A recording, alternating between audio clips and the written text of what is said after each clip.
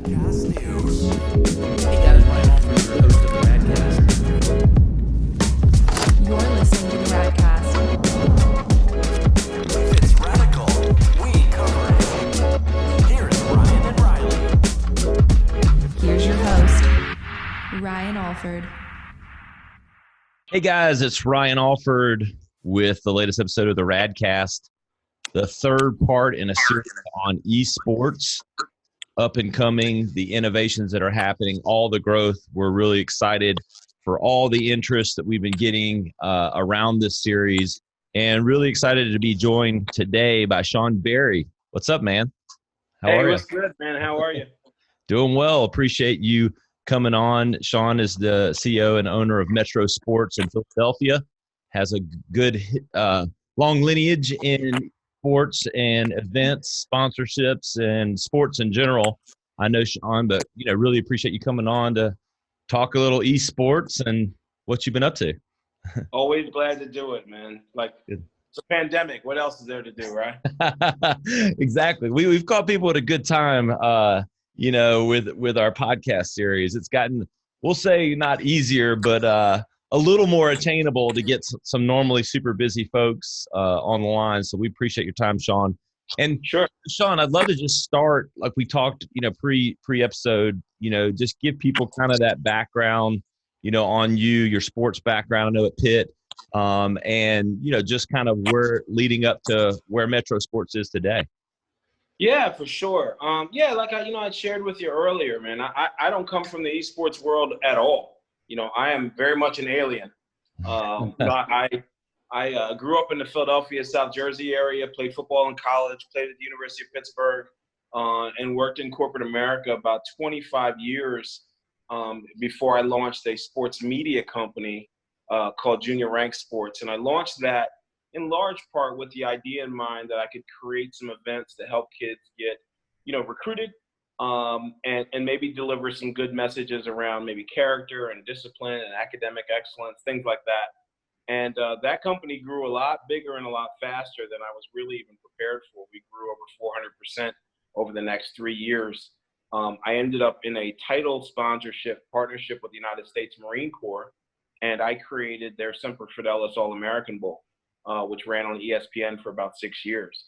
And so I spent, most of my time deeply engaged in football. In fact, the first running back that played in my All-American game was Todd Gurley. And Jared Goff was one of our quarterbacks. So, it really been heavily entrenched on the traditional sports side, and saw that very much as, a way to help communities and help young athletes, interested in matriculating. And I got a call about 2.5 years ago from the president of AAU Sports, who said, "Hey, Shaon, are you still doing esports?" And I said, "I don't know what the hell you're talking about." I said, "I don't even know what esports is." And she said, "Well, we understand, at your events, you do esports tournaments." And what they were referring to is, sometimes at our camps and combines, we'd buy Xboxes and PlayStations, and we'd send it to the hotels with the coaches and tell keep the kids busy. I didn't consider that esports event management, right? And so lo and behold, I get a completely undeserved reputation. But, it caused me to look at esports more seriously and do some due diligence.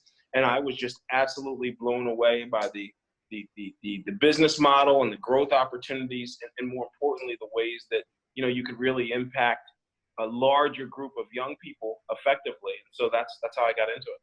That's great. And so it's funny that looking back in my career, some of the sponsorship activations I worked on, like Verizon Business and the NFL, we set up within those, like at the NFL stadiums, we'd have a Sony or something playing, so Right. Thinking back, the roots of esports, a lot of people were doing esports and didn't realize it. I think That's right. I know, but so let's talk a little bit about, so Metro Sports, like your business now today, so Yeah.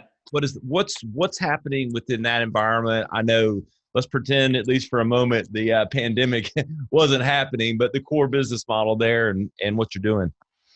Yeah. So, I built, Metro Esports for, a couple of different reasons, but, primarily I wanted to create some really unique content opportunities for brands some that were outside the box a little bit in terms of attracting, casual gamers or gamers that were a little bit unfamiliar with esports in the industry. And then the other thing, for me was social outcomes. Could I impact the community with, certification or STEM programs that, related back to the esports industry, or create internship opportunities with some of our brand partners and things like that. And so, for me, it was really about, how could I make or become a conduit to good things for brands or good things for people. Yep, I love it. So you've got a 7,000-foot facility for tournaments, I presume, and then like you mentioned, some of the STEM stuff. How does that stuff kind of naturally happen? And how long have you had the facility? Yeah, so we, believe it or not, we had just done the wiring and paint job right before COVID hit. So we have yet to announce our grand opening until things are safe and we're able to kind of allow kids to to kind of work together and play together. But the facility is interesting. I build it almost as a digital version of the YMCA, so you can come here and recreate and compete, whether it's gaming PC or console. For those that are a lot more serious, we have one-on-one coaching.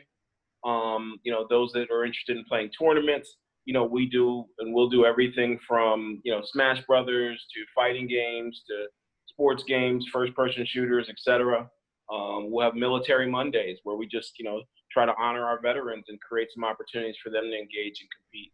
But the thing that I enjoy the most is, we looked at the esports industry and we partnered with some of the local colleges and universities and said, okay, well, if I want to become a game designer or a game developer or a coder or a programmer, what do I need to know? And maybe I can't afford to go to college. What does that look like? And so a lot of the programs that we'll announce over the next 3 to 6 months are designed around, how to become a member of the esports industry if you're not a gamer or if you're not a streamer, but you still love and have a passion for either technology or just the space. And we've got some new partnerships with Capcom and Warner Brothers and Ubisoft. And, that allows us to be kind of a conduit between kind of community and corporate.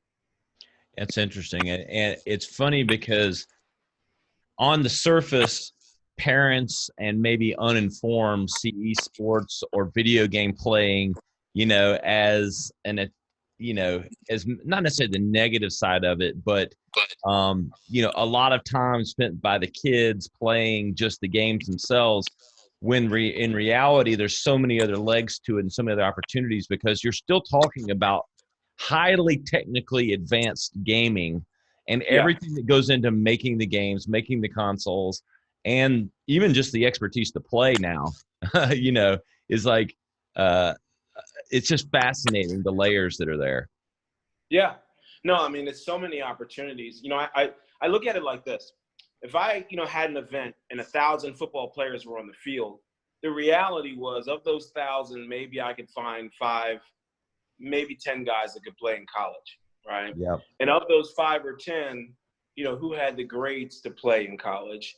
And so maybe it gets down to 3 or 4. Yeah. I think it's so different in esports. If I had 1,000 people at an esports tournament, I can find 300 coders and 200 programmers and 50 streamers and 60 game designers. And so the ability to, provide an opportunity or a platform, to engage or educate or enhance or all those things is just multiplied. And that's kind of why I love the space the way I do. So, I saw your most recent, I presume one of your more recent partnerships, like with NFL Flag, and what they did, bringing their players together. They're in the NFL Flag Football League. It's for youth.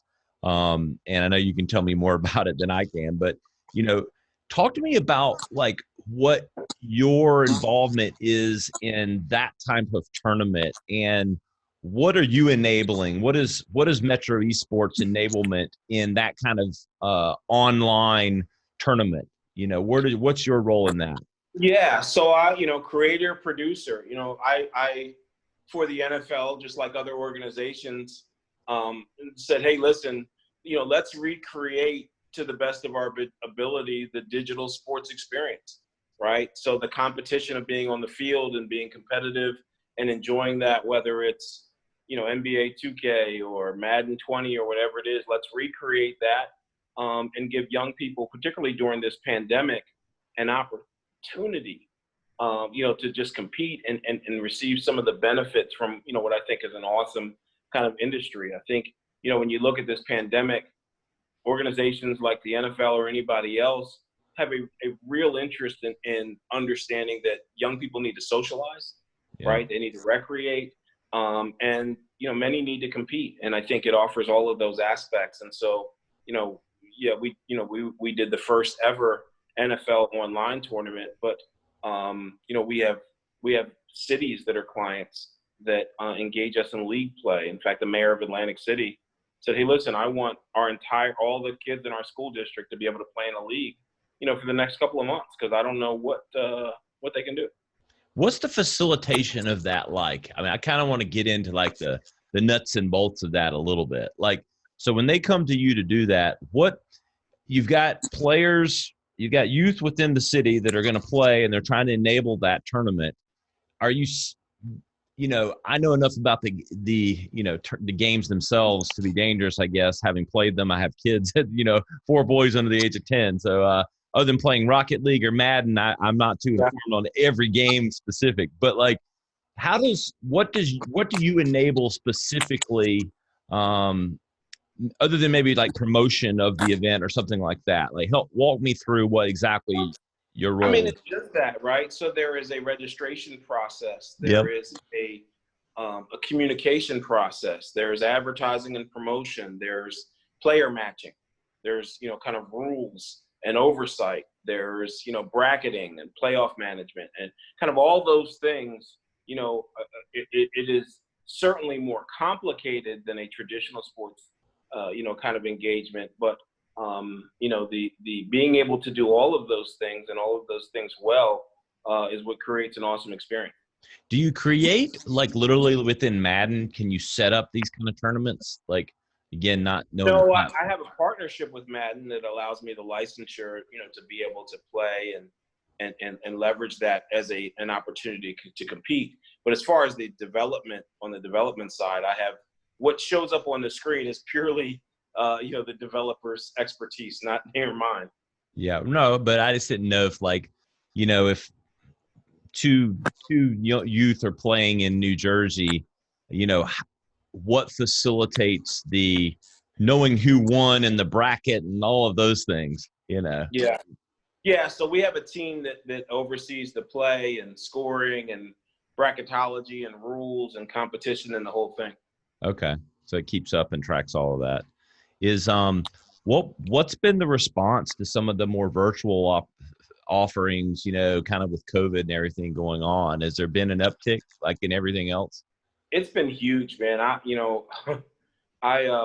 haven't been able to get much sleep, man, because there's so many things that are happening right now where groups are looking for opportunities to, educate or engage or entertain or, one of those things. And so it's an exciting time from the perspective of, what we already knew, which was if you don't have some level of technology involved in what you're doing, you're going to stagnate. And so we're finding growth. Yeah. What does partnership for you look like, with some of like the games and some of the larger names that I see that, you guys are partnering with? Is it kind of you approaching them with ideas or vice versa? Well, like I said, I have a long history of really successful activations on the sports and the television side, Right. that's high profile. And so there are a lot of relationships that literally just made the transition with me from sports to eSports.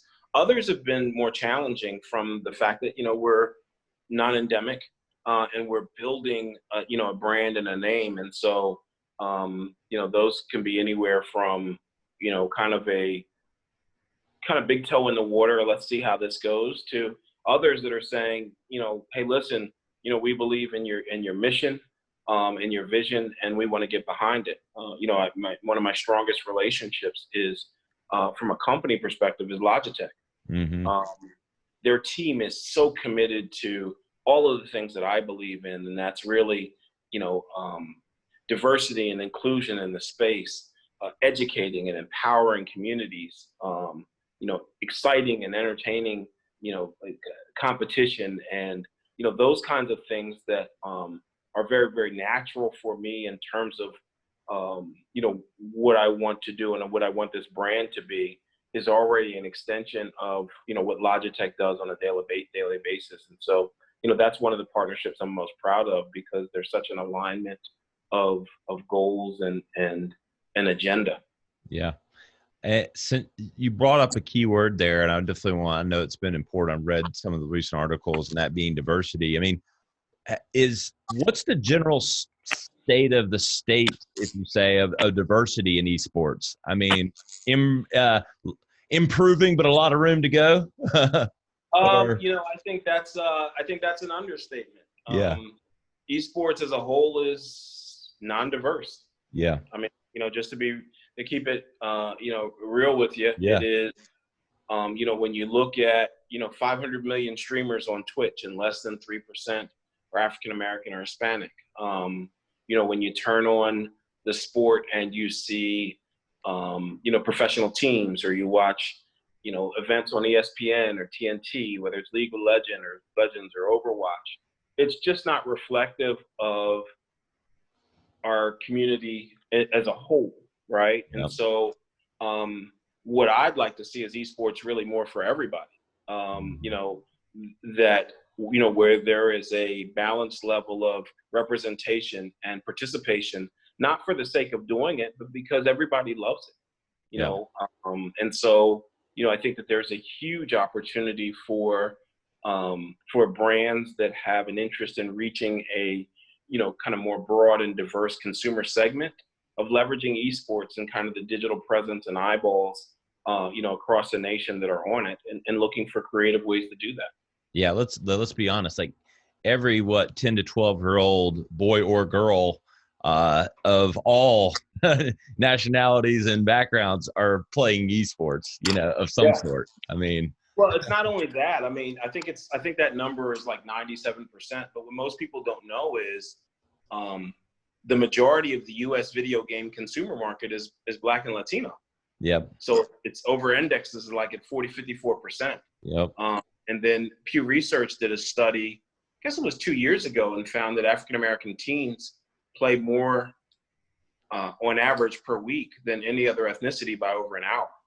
And so, what that says to me is there's an untapped market out there, and there's a great opportunity to be more engaging and more inclusive. That does nothing but create better competition and make it more exciting and fun.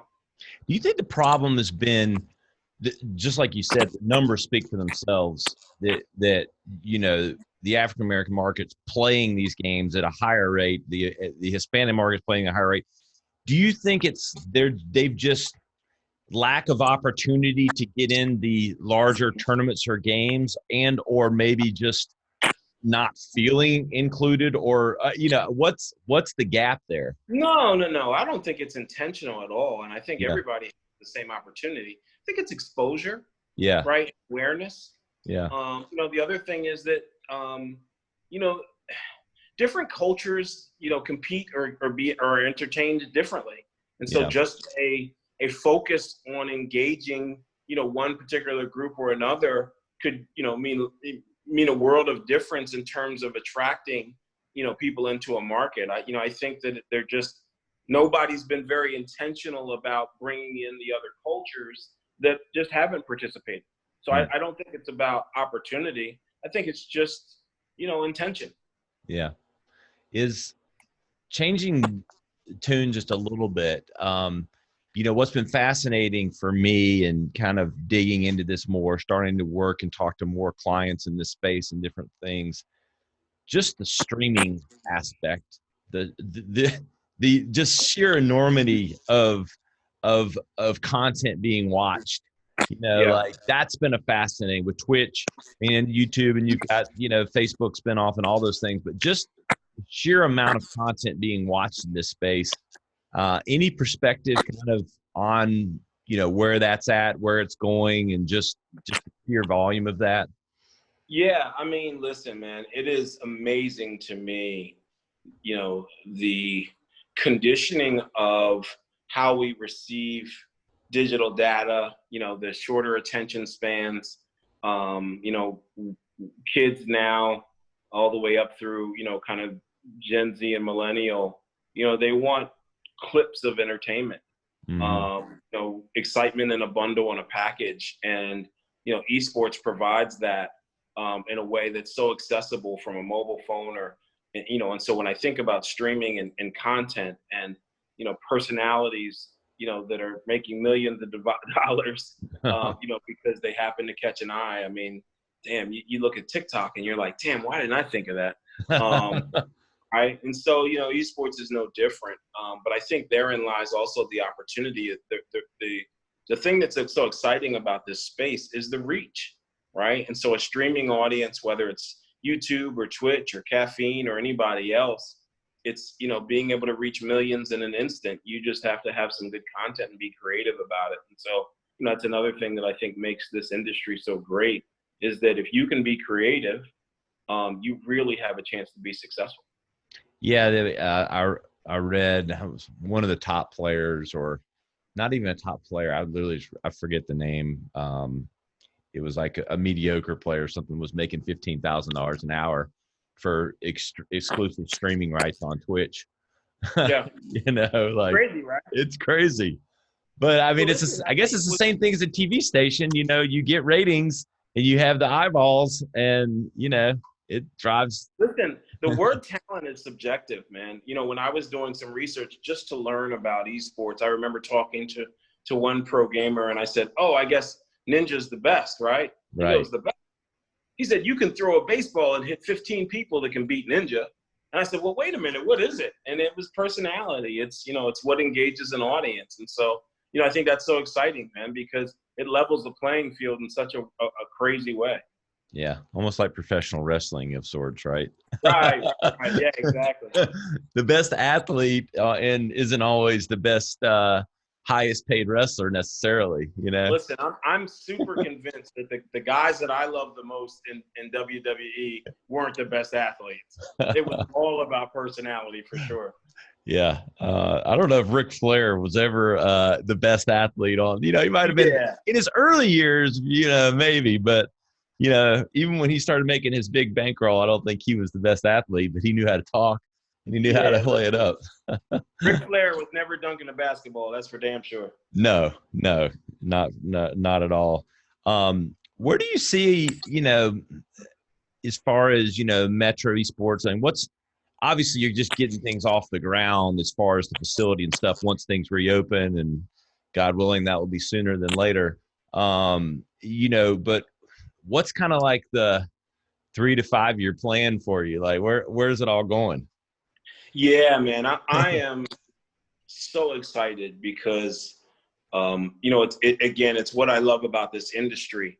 For us, it's about creating original content that is attractive and engaging. And so some of what you'll see from Metro Esports over the next 3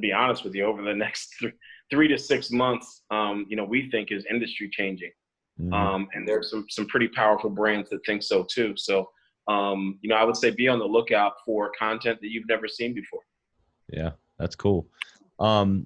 Is the NFL portion, with what you did with, NFL Pass and all that, like, is that going to be kind of an ongoing partnership potentially with them? Yeah, I think so. I think the great thing for the NFL is they're the NFL, right? So they can do whatever the hell they want whenever they want to. So, yeah. I think right now it's really about for them understanding, well, how much football are people playing right now, whether it's at the youth level or the high school level or the college level. And then, when they're not playing, how do we want to engage them, esports or anybody else? But, my hope is, for us from a partnership perspective, we're looking at NASCAR and MLB and others that have an understanding that, there's an opportunity when organized well to satisfy, both the on-field and the on-screen appetites of young people. I'm asking this of all of the people that are coming on our series, having, 4 boys under the age of 10 that all play. Is this a true career path? Yeah. Listen, man, I have to tell you, I was speaking, I did a a Zoom call with a group in Florida over the weekend.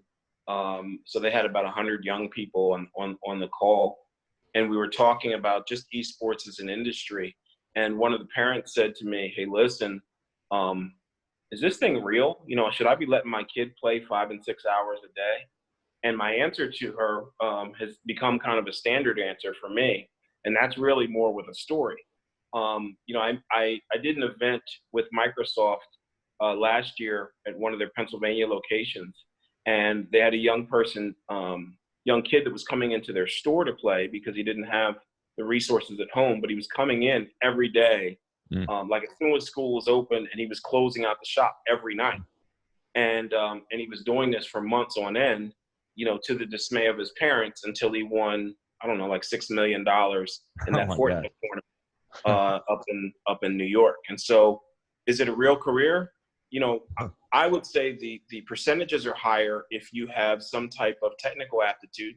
You know, as a parent, I would say to my kid, listen, if you want a game, do it all day, but you've got to spend an equal amount of time learning how to code or program or design. And so if you have a passion for the space, you know, let's up the percentages of your success by being more well-rounded. Yeah, I love that. I'm gonna use that exact phrase there. Well, Good Shaon, enough. man, I really appreciate your time and coming on today, and you know, looking forward to following everything that Metro Esports is doing. Your involvement with diversity, your involvement with a lot of these brands. So, really appreciate the insights and your time today. Hey, thank you guys for the time and for having me on. Great, man. Hey, guys, this is Ryan Alford. Follow along at the.rad.cast on Instagram, and we'll see you next time.